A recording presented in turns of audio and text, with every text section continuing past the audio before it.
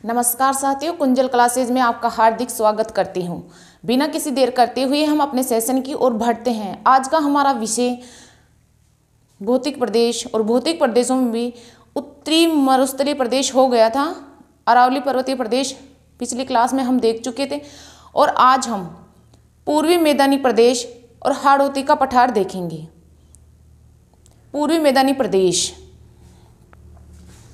पूर्वी मैदानी प्रदेश, ये राजस्थान के मैप की बात करूं तो ये जैसे मैं आउटलाइन बना रही हूं इसकी,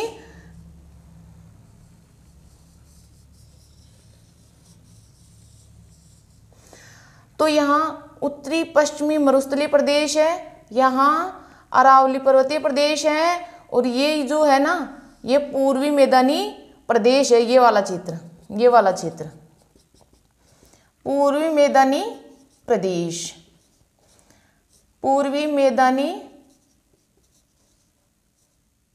प्रदेश। अब हम इसकी ढंग से चर्चा कर लेते हैं।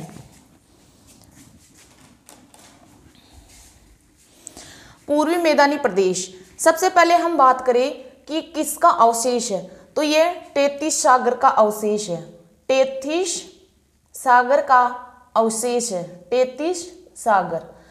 दूसरी हम बात करें कि इसका क्षेत्रफल कितना है, तो इसका क्षेत्रफल संपूर्ण राजस्थान का 23% इसका क्षेत्रफल है। जनसंख्या की बात करें तो यहाँ 39% जनसंख्या निवास करती है संपूर्ण राजस्थान की। फिर हम बात करें घनत्व, यहाँ घनत्व संपूर्ण राजस्थान में 4 भौतिक प्रदेशों में से सबसे ज्यादा घनत्व इसी प्रदेश का है, तो घनत्व क्या हो गया, सर्वाधिक। अब मैं आपको जिले भी बता देती हूं कि पूर्वी मैदानी प्रदेश के अंतर्गत कौन कौन से जिले आते हैं। जिले हैं, एक छोटी सी मैं आपको ट्रिक बताती हूं। अजय, अब, शक, धू, बा, गयो, टोदो, टोदो। अगर आपको ये ट्रिक अच्छी लगी है तो आप ये भी याद कर सकते हो, और आपको और भी अच्छी ट्रिक बनानी आती है तो आप वो भी याद कर सकते हो। तो अजमेर, अजमेर, दूसरा है आपका जयपुर, तीसरा आपका अलवर, अलवर, चौथा आपका भरतपुर, भरतपुर, भरतपुर, और ये अलवर हो गया। फिर आपका सवाई माधोपुर, सवाई माधोपुर। कैसे आपका करौली, 2 से आपका धौलपुर, धौलपुर। 5 से आपका बांसवाड़ा, बांसवाड़ा। टौ से आपका टोंक, और 2 से आपका दौसा। ये जिले इसमें शामिल है, 10 जिले इसमें शामिल है, तो जिले 10 आ जाएंगे। अजय, अब सक धोबा गयो टोदो। ये छोटी सी ट्रिक है, आपको अच्छी लगी तो आप ये भी याद कर सकते हो, और आपको इससे अच्छी ट्रिक बनानी आती है तो आप वो भी यूज कर सकते हो। ठीक है। वर्षा, यहाँ वर्षा होती है 50 से 80 सेंटीमीटर वर्षा, 50 से 80 सेंटीमीटर वर्षा। जलवायु की बात करें तो यहाँ आर्द्र जलवायु रहती है, आर्द्र। मिट्टी की बात करें तो ये यहाँ पे रहती है जलोढ़ या कछारी मिट्टी, जलोढ़ या कछारी मिट्टी। सिंचाई की बात करें तो यहाँ सिंचाई कुओं से होती है, सिंचाई के स्रोत क्या है, कुएं। नहरें, यहाँ 2 नहरें हैं, भरतपुर नहर और भरतपुर प्लस गुड़गांव नहर, गुड़गांव। कृषि की बात करें तो यहाँ कृषि जैसे गेहूं, जौ, चना, सरसों, दालें, इनकी कृषि यहाँ पर करी जाती है। आप एक बार इसका स्क्रीनशॉट ले लीजिए।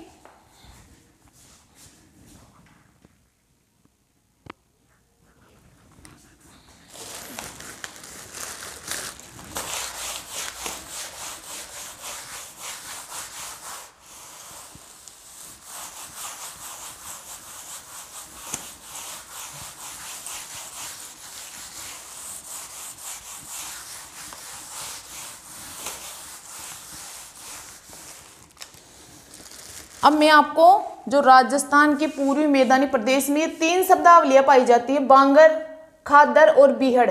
मैं सबसे पहले इनका जिक्र करती हूं कि बांगर किसे कहते हैं। बांगर,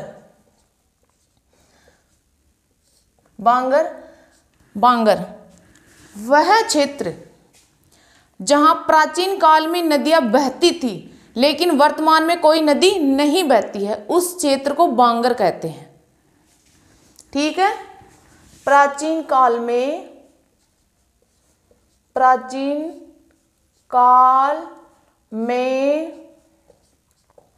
नदियां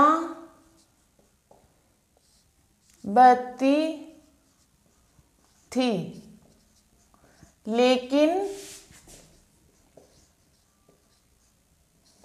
वर्तमान में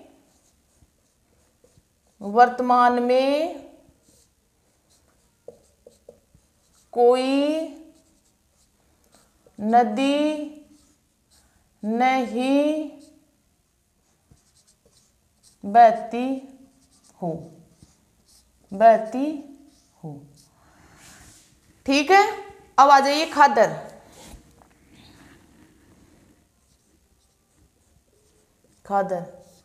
खादर वह क्षेत्र है जहां प्रतिवर्ष नदियों की बाढ़ का पानी पहुंच जाता है, उस क्षेत्र को खादर कहते हैं। जहां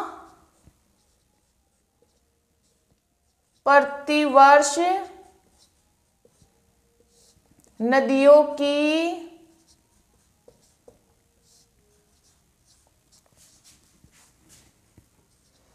बाढ़ का पानी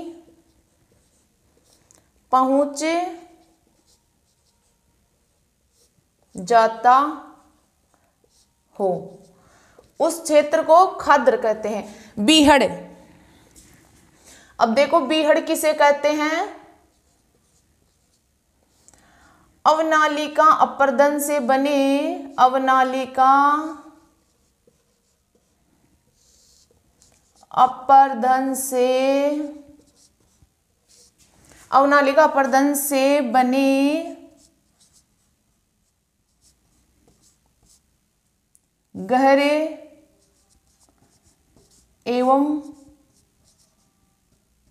बड़े गड्ढे।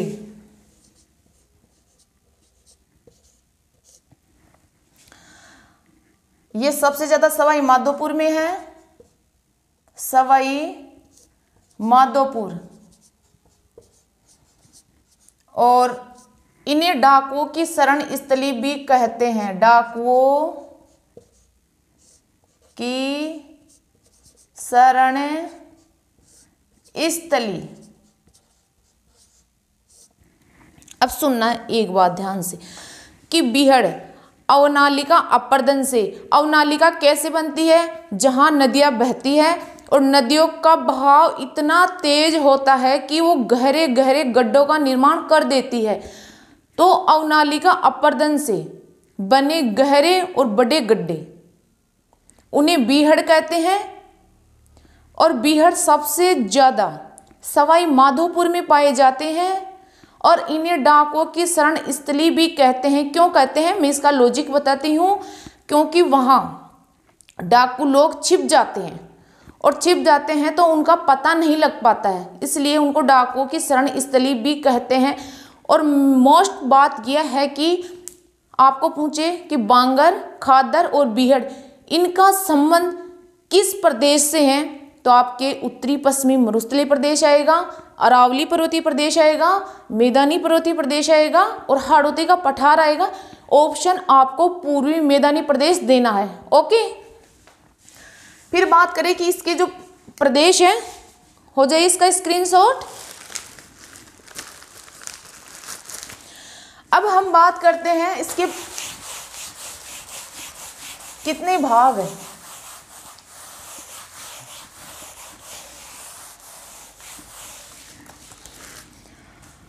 जो पूर्वी मैदानी प्रदेश है इसको 4 भागों में डिवाइड किया गया है। पहला है आपका चंबल बेसिन, चंबल बेसिन। दूसरा आपका छप्पन बेसिन, छप्पन बेसिन। चौथा आपका बनास बेसिन, बनास बेसिन। और चौथा है आपका बाणगंगा बेसिन, बाणगंगा बेसिन।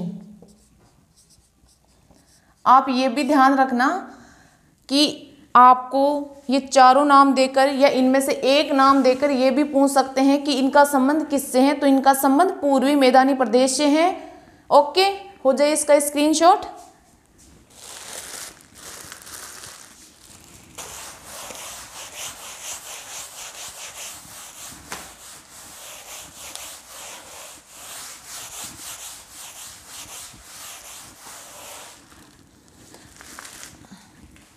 अब हम बात करते हैं दक्षिणी पूर्वी पठारी क्षेत्र की। दक्षिणी पूर्वी पठारी क्षेत्र, इसे देखो, इसके बहुत सारे नाम हैं। दक्षिणी पूर्वी पठारी क्षेत्र या हाड़ौती का पठार, हाड़ौती का पठार या लावा का पठार, लावा का पठार या प्रायद्वीपीय पठार, प्रायद्वीपीय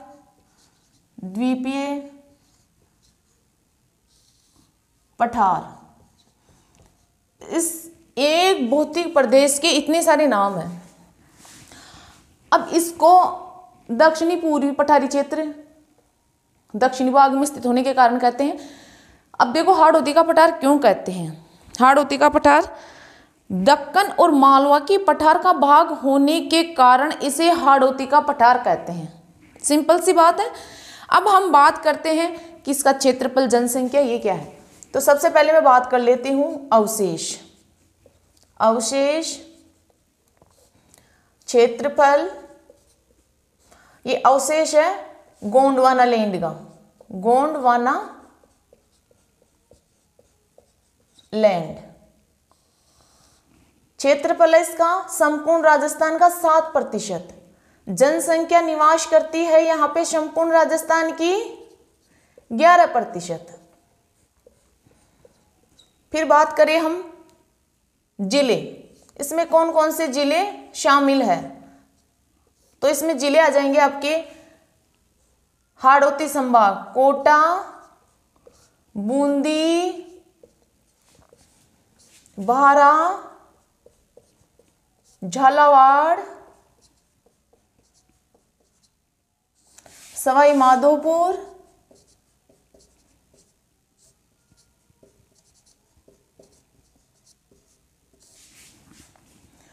करौली, धौलपुर और भैंसरोडगढ़, चित्तौड़गढ़। भैंसरोडगढ़, चित्तौड़गढ़, चित्तौड़गढ़। फिर हम बात करें कृषि की। कृषि, कृषि यहाँ कपास, गन्ना, तंबाकू, अफीम। मिट्टी की बात करें तो यहाँ मिट्टी काली या दोमट मिट्टी पाई जाती है, काली या दोमट मिट्टी पाई जाती है। हम बात करें सिंचाई की, तो यहाँ सिंचाई तालाबों से होती है, तालाबों से। ओके, हो जाए इसका स्क्रीनशॉट।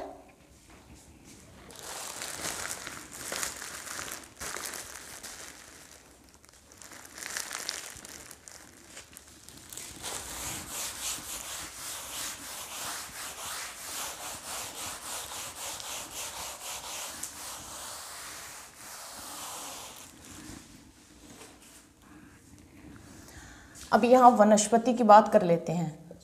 वनस्पति, तो यहाँ वनस्पति है आपकी लंबी घास, लंबी घास, झाड़ियाँ, झाड़ियाँ, बांस, खेर और गुल्लर, यहाँ वनस्पति पाई जाती है। ये सर्वाधिक वर्षा वाला क्षेत्र भी यही है, सर्वाधिक वर्षा वाला क्षेत्र यही दक्षिणी पूर्वी पठारी क्षेत्र है। सर्वाधिक नदियों वाला, सर्वाधिक नदियों वाला क्षेत्र भी यही है।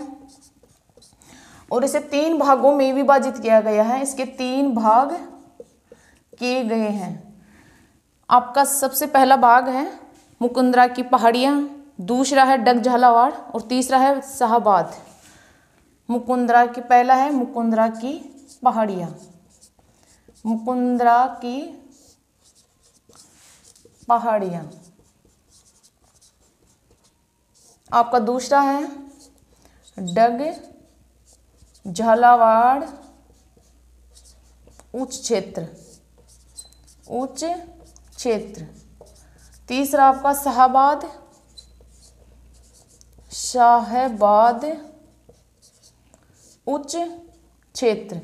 ये आपका कंप्लीट हो जाए इसका स्क्रीनशॉट।